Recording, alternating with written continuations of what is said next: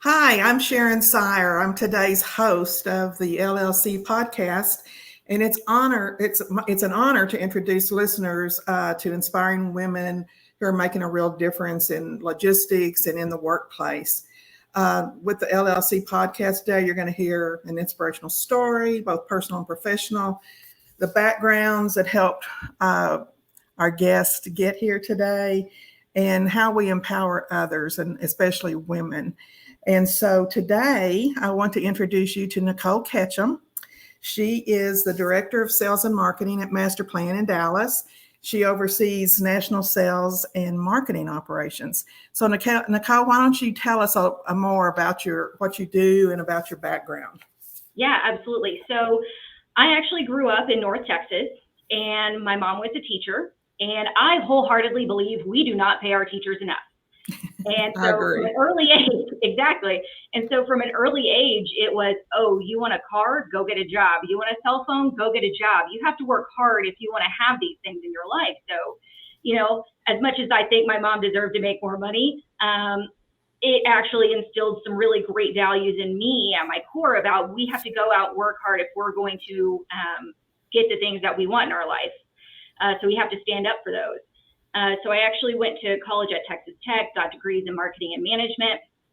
Coming out of college, I actually ended up in several different male-dominated industries. So I worked in logistics, I worked in manufacturing, I worked in construction.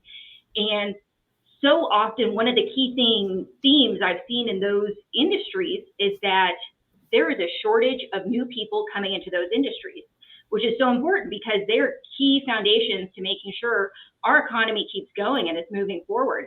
And so as the talent pool keeps shrinking, one of the things that I took notice of is we need to now more than ever be considering the importance of women in the workplace and how they're going to be such a vital part of making sure and keeping these industries going forward.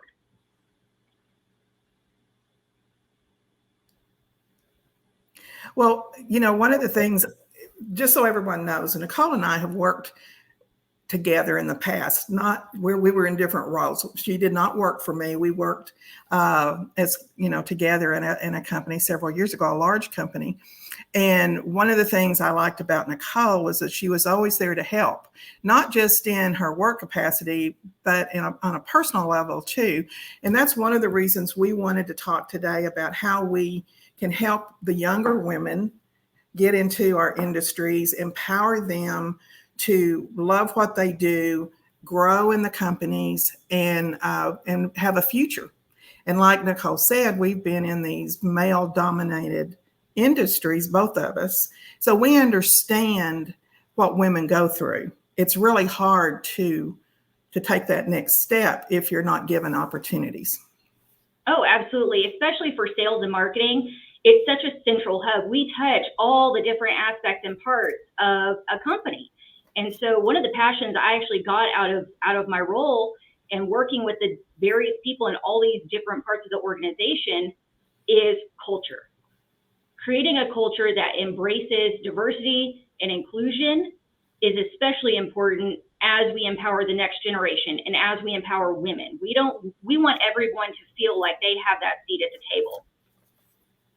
Well, and one trend we've noticed, both of us in companies, bringing in women, but they aren't necessarily qualified women. And I'm not saying that you have to hire a qualified woman for every position, but if you're going to put them in a more of a management leadership position, you need to pick the right person for that. Someone that has empathy and is going to lead them and help them grow. I'm a firm believer that we need to reach down, take women by the hand and pull them up, and not because at some point in time we're going to move on and we need people to take our place. And so Absolutely. If we're not there to help them, they're not going to be able to ever get there. Yeah, absolutely. That's a great point. And one of the things that really I think hurts us is seeing the wrong women put in the wrong position, because it just instills in some leaders' minds, oh, it's because it's a woman. No, it's not because it's a woman. It's because it's the wrong woman. And so, it's an unfortunate truth that this happens, but there are ways to correct it from the top down. And I believe that to combat this, we should actually be hiring from a different perspective. We need to start putting hiring teams and leadership through unconscious bias training, and we need to create diverse hiring teams. And it's amazing the difference that you will see in the people that come in your door whenever you make those changes to try and overcome those unconscious biases that you have. So here at Masterplan, we're a firm that started over 40 years ago, and it was predominantly old white guys. Fact of the matter, that's just what it was. And since our current CEO has taken over, we've really changed our mindset to finding the right person. It's about finding the right person for the role. And so we make sure we have a very diverse panel of people that are interviewing, different ages, different races, different backgrounds, different roles in the company. And so whenever we're hiring, it really kind of helps us look at this person from a different perspective. We also do a strengths finder, which is a really great tool that actually anybody can look into to see what are my strengths, what do I bring to the table as an employee. And whenever we go to hire someone, we believe we hire the best and brightest person for the role. And for us, that's actually resulted in a workforce that is primarily women and has an amazing amount of women that are in leadership positions. There's myself. I'm leading our sales and marketing for the company, and I touch on our operations a little bit. The head of our accounting team is a woman. The head of our permitting team is a woman. Let's see, who else we got? Community engagement is being led by an amazing woman of color. And so once we take away the opportunity to allow those biases to creep in, we'll start seeing the qualified women getting into the right positions and stepping into the right roles. Well, and there's evidence out there that companies that have women in the C-suite actually do better than companies that don't. And because there's a diverse, we have different thought functions. Women think differently than men think differently than women. And when you come together, you listen to what's going on and you come with your perspective. And then if you put those ideas together, you come up with a lot better solutions. You can help your company grow at a much faster level and a better level and make your employees happier and want to stay with your company. Because because it's such a huge cost for turnover. And I've always said that the worst thing you can do is say, we've always done it this way. Absolutely. And so you've got to change that thought process, and it's all about your people. It's not about, I've always said, it's not about you being a leader. It's about how you lead those people. You don't have to have a title. You can be somebody that answers the phone, but people come to you for solutions because you're a leader, a natural leader. And that's how you get to know people and you learn and you can move up in your career. Oh, absolutely. I mean, it still boggles my mind that even though we continue to make progress in women in leadership positions, that women represent less than 30% of the C-suite. Yeah. There's no reason for that. And I think part of that is too, we need to make sure we're not cutting down our fellow women. There are enough seats at the table. Don't think women only deserve one. As many women are as qualified, deserve a seat at that table. And a thing I think we're starting to see now in business is that the table of leadership can get bigger, especially as you see organizations grow. They create new positions all the time. So don't think that you can't get to the top and take another woman with you. Exactly. And I love that. The other thing I heard you say the other day that I loved is take a physical seat at the table, but don't sit at the edge of the room. Absolutely. Can you expand on that? Yeah. So I have happened to be in a number of meetings where there's a conference room in an office building, and there's the big long table in the middle. I think everybody here knows what I'm talking about. It's the big brown table. It's really long. It's got, 10 to 15 chairs around it. And for whatever reason, no matter how big you plan for these tables, there's still seats at the edge of the room. Right. Because there's just too many people to fit in there. And I can't tell you how many times I've gone to a meeting, and even though the woman gets there first and she sees the open seat, she will still take that seat on the wall. Yeah. There is no reason. You got there on time. You earned the seat at the table. Physically take it. sit down, because there's a reason for you to be in that meeting. And if you're in that meeting, you need to be contributing. And the best way to contribute is to be part of the action, be part of the conversation. Honestly, if you're not going to contribute from that seat at the table or from somewhere in that room, you need to politely excuse yourself, because there are other things you can be doing at that company to contribute and give yourself those additional brownie points so that you can come back later and say, I deserve a raise. Here's what I did for the ROI at this company. Or to say, hey, look at everything I have contributed and I deserve that next promotion. Exactly. One of the things you also mentioned was there's an app that tests how many times a woman is interrupted in a meeting by a lower pitched voice. Can you tell us about that app? Okay, so I actually found this because I have a background in marketing. I'm always looking, what are the latest apps? What are the latest trends? What's going on out in the marketplace? What is disrupting people? What's disrupting the flow of business? And so there's one app I found out about called Woman Interrupted. And this app tests how many times a woman is interrupted in a meeting by a lower pitched voice. I mean, I challenge you to do it. Do it in your next meeting. See how often women are interrupted. It's enlightening. I can tell you from experience that I'll be in the middle of a thought or a suggestion, and a lower pitched voice will just cut me off. And then the next thing I know, they're talking about what I was just talking about. It's like it was subconsciously, it just came to them, and so, and I'm going, really? That's just what I just said. Right. So, yeah, absolutely. But I will say this. Yeah, and I will say this, that I went to a seminar many years ago about women in leadership. And at that time, I was new in the leadership segment, and I cried a lot. I got my feelings hurt a lot. And so my boss sent me to this seminar because there was one section about how not to cry in meetings. He said, you need to go to this. And so I did. And it's just, you get it. Women are emotional. You've just got to learn to get past it. But one thing it taught me was, if you feel like you're going to cry, just look up, because you can't cry if you're looking up. And so I never forgot that. The other thing they talked about is that men tune out women's, the pitch of their voice. The higher you talk, the less they hear you. They just don't hear it. It's kind of like a dog and a whistle, Yeah. So they told us, just lower your voice an octave, and it'll help you communicate better in a room full of men. And that's because I was the only woman in a room full of all these men, which made it even harder to do, because I started in logistics when there weren't but a handful of women. So I could have used a podcast like this back then. I could have used mentorship programs. I didn't have anyone to help me. I had to learn on my own. So that's why this is so important to me, to help women now, because I've already made all the mistakes.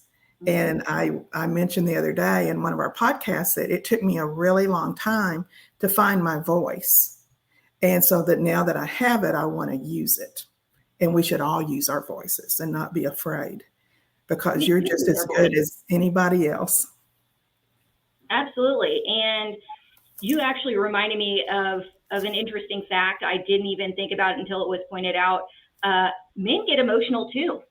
They do. We don't acknowledge it as much because, he's just frustrated by the situation. We have so many reasons to dismiss it. And so one woman I heard talking said that her ultimate power move was telling a man who comes in who's angry and flustered and, you're going to listen to me and do what I say, saying, it seems like you're getting a little emotional. Would you like to take 5 minutes to collect yourself? Okay, yes, actually men do that. Let's acknowledge it. We all have emotions. It's who we are as human beings, period, end of story. Yeah. And you don't just because, and I recently had a manager or a boss, he was the owner of the company, who loved to yell. And I don't do well with that. I don't, to me, it's very unprofessional. You don't get your point across. I tune out if somebody's yelling at me, especially if it's not anything I did. And so, but my problem is, as you get older, you'll find this out, that as we get older, we don't have much of a filter anymore. And so I'll say things that I probably wouldn't have said 10 years ago, or my facial expressions give away what I'm thinking, and I've got the eye roll down to a science, so so those things you either have it to look forward to, or you have to work on it that it doesn't happen to you in the future. But sometimes that works for you too. Oh yeah, so you actually remind me of one of my favorite books. It's called Never Split the Difference by Chris Voss. And he was a former FBI hostage negotiator, but it is all the greatest tips and tricks on how to talk to people and how to essentially win the argument. And so it actually reminded me of when you were talking about get your voice an octave lower. He has what he talks about in the art of negotiation, of using the late night smooth DJ voice. Yeah. Because it lulls people. They're like, oh yeah, we're okay. The situation's calm and we're going to work our way through this. But for anybody who's looking for ways to figure out communication with people, men, women, anything like that, I highly recommend that book. It's a terrific read. Yeah, just on a personal level, my son just got married a year ago, and his wife and her family are always talking about how I'm so quiet. My voice is just so quiet. And I'm going, it's like you don't know me. Because I don't feel like I'm quiet at all. Yeah. But then I met the whole family and I get what they're talking about. But so you just have to keep a level voice. And I think that over the years, you learn how to do that. And because I used to tell truck drivers all the time, you can get mad at the customer all you want. You just can't say anything. If you want to get mad and throw a fit, you call me, but you cannot do that to a customer. And so I had to learn. And so they took me up on it. They'd call and they just, but I always told them it's hard for people to yell at you if you stay nice and calm and you don't meet them where they're at, because they can't, it's just impossible for them to just keep on if you're being polite and quiet and being reasonable in your conversation.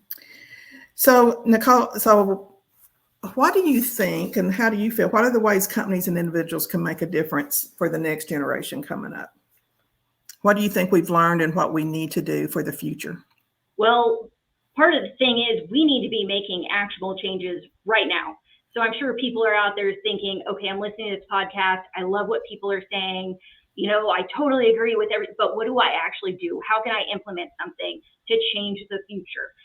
So it comes down to just one person making a difference. I would say to women that this is a great time to start talking about business or talk business in front of your kids. Mm-hmm. Whether it's boys or girls, it doesn't matter, because seeing a working woman being a leader in the workplace, they're going to get the benefit of hearing professionals, understanding what business professionals do.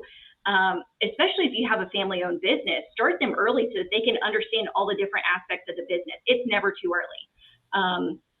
So I absolutely recommend that, especially for working women. Like, let your kids see you as the business professional that you are, because that's just going to instill some of those values in them as they get to the workplace. Another thing is make an effort to meet with people different from you in the next generation. For instance, you can take out a new, fresh out of college, a new hire from your office to coffee, to lunch. Try to build that connection. One of the reasons we've seen white men hiring more white men is because they see themselves in that next generation. So if we're going to help break that cycle, we need to also take that olive branch to the next generation and start building those connections. But I encourage people to not just look for individuals like themselves. Try to take people out who obviously have a different background from you. Try to learn about them, learn about their culture, learn about the trials and tribulations that they've been through on their own journey and what has led them to where they are now. Because I think it would be very enlightening for a lot of people. Well, I agree. And one of the things that I didn't have the advantage of having, I didn't have a lot of female friends.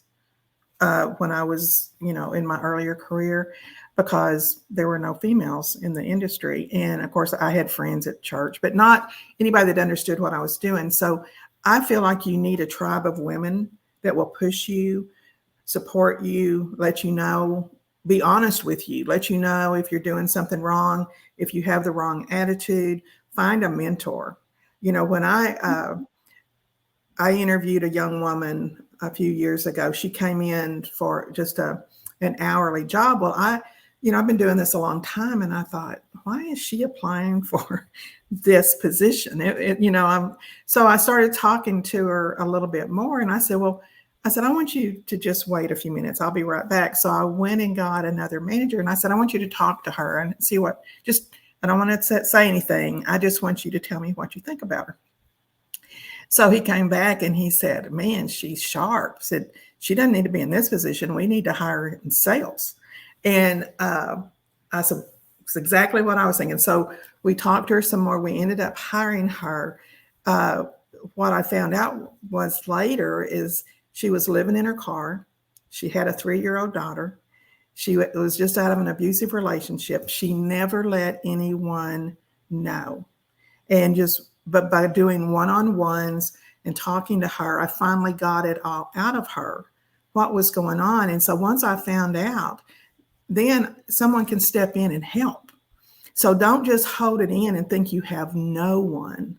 You need to find those people you can trust, that you can talk to, and not be fearful if they find out you're going to lose your job. So you need people that you can trust and talk to, and not be afraid to tell. And so she just, she went from applying for a $10 job, an hour job, to within 3 months, she was making $5,000 a month in commissions. And so just by paying attention, we as leaders and experienced women, we need to recognize things in other women that they may not share their experiences, but we need to recognize the signs, and we need to push them. And sometimes, what was it? I can't remember his name, but anyway, he said, if you get offered a job, just take it and figure it out later. Well, sometimes that works and sometimes it doesn't, but I've taken jobs like that where I'm going, oh, what have I done? But you figure it out. Yeah. So I've been working for 50 years, and I've seen a little bit of everything. But sometimes it takes a long time to figure out what you want to do. Exactly. But to your point, it's so important to surround yourself with the right people. Yeah. And in my area, my group of friends, we call it your personal board of directors. Yeah. Because you are an amalgamation of the 5 people you spend the most time with. So you want to surround yourself with people that are reaching for more, trying to do better. They will encourage you. They will tell you, hey, here's how you can take yourself to the next level. And to that point, when you not only surround yourself with a great personal board of directors, you also need to work on finding your mentor and your advocate. And most people don't realize those are 2 completely different things. Your mentor is that person you go to talk to, get some feedback. You have that one-on-one time. And for me, early on in my career, that was very much you, Sharon. I would just go talk to you about what's going on, how I'm feeling about things. How do I overcome this weird political situation at work? What do I do about X, Y, Z? How do I deal with the person? And so it just helps you grow as an individual. So I encourage everybody to have a mentor, find a mentor. Even if you don't ask them, just try and spend some time with them, going to coffee, grab dinner, pop into their office, whatever. The other thing you need to have is an advocate. Promotions that happen at companies, especially to the higher level, somebody is advocating on their behalf. Mentors don't necessarily make that next leap up. Maybe it's because they can't, maybe it's because they're not in your workplace, whatever it may be. You need to have an advocate at work. And so what that advocate does is they're armed with information about you, your successes, what you're there for, what your strengths are. And they go to those leadership meetings. And when there's, when something comes up and somebody says, we need a new director of sales, your name's already coming up because someone's like, oh, I know her. She's so good at talking to people. She's great at engagement. And, she's actually one of our top 3 salespeople last quarter. Yes, we need her to fill this role. So also look for your advocate with wherever your role is. Exactly. I mean, it's worth so much more than money, because if you can have someone that will recommend you, talk about you, help you, let you cry, whatever, but will be honest with you and what you can do better the next time, or stand up for you, say, hey, you messed up. Why did you choose this person over this person? This is a mistake. I firmly believe that sometimes things happen for a reason.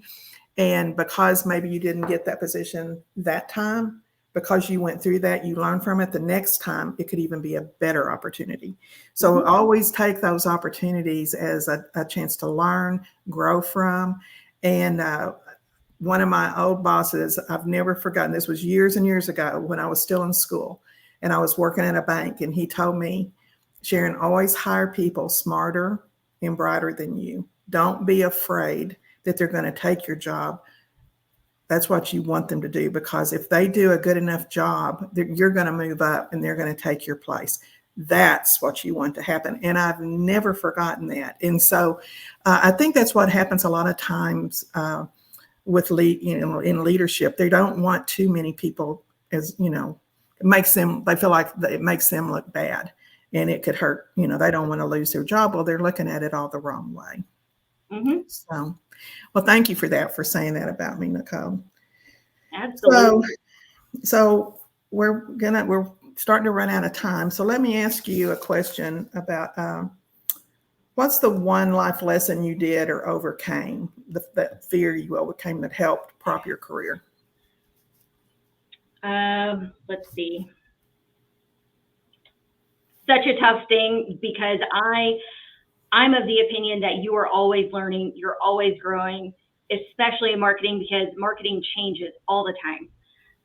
So to women especially, I'll go back to some of the fundamentals I always talk about with my interns. The first thing is always negotiate. Always negotiate, even with your first job.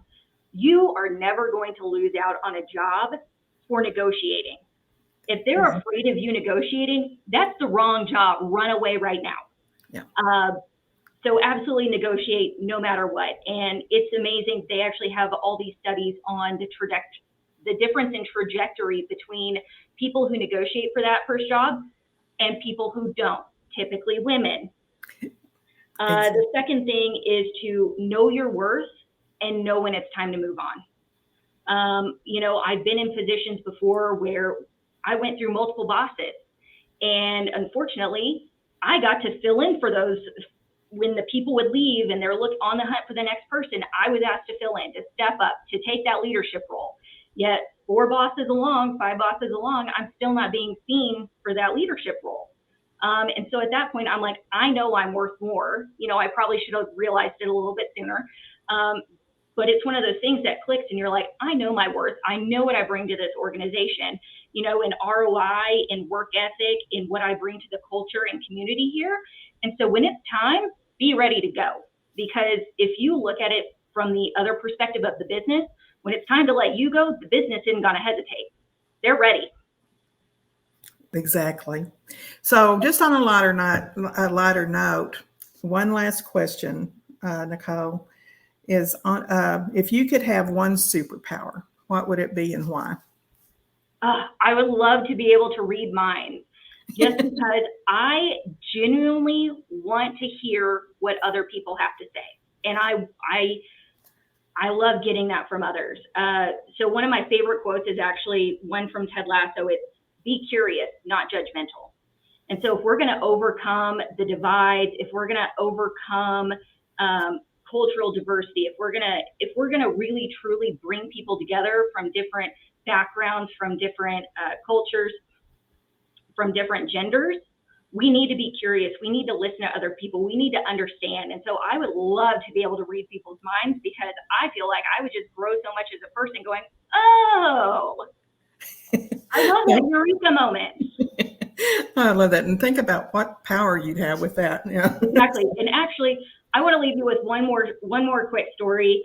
So one of my companies, their women weren't going out to golfing events, to things like that.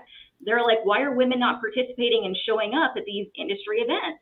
And so they took a minute to look at the why and asked some women, why aren't you going to these events, like the golf events? And the women said, we've never been.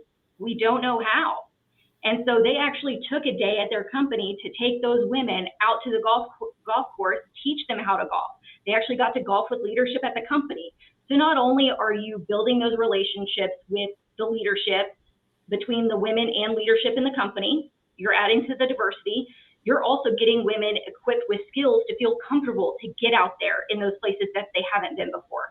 So I encourage people to just take a minute, look at what's going on in their organization and see where are some immediate changes we can make so that we can actually start getting women in places they haven't been before. What's the hurdle that's preventing them from getting there? Well, exactly, because the golf course is a place that you have a one-on-one conversation with somebody. You get to know them, customers, or like you said, leadership. And yeah, I used to play golf, and I'm telling you, it's a great way to spend the day. You know, most of them don't want to play with you because, again, we're not, you know, women don't play golf that much, but Right. I think it's changing, but it's a lot of fun. It's a lot of fun. Yes. Well, thank you, Nicolle. I really appreciate you coming on the podcast today, and I hope we can do this again soon. And Yes. I thank everyone for listening today, and be on the watch out for our next one, and we'll see you next time.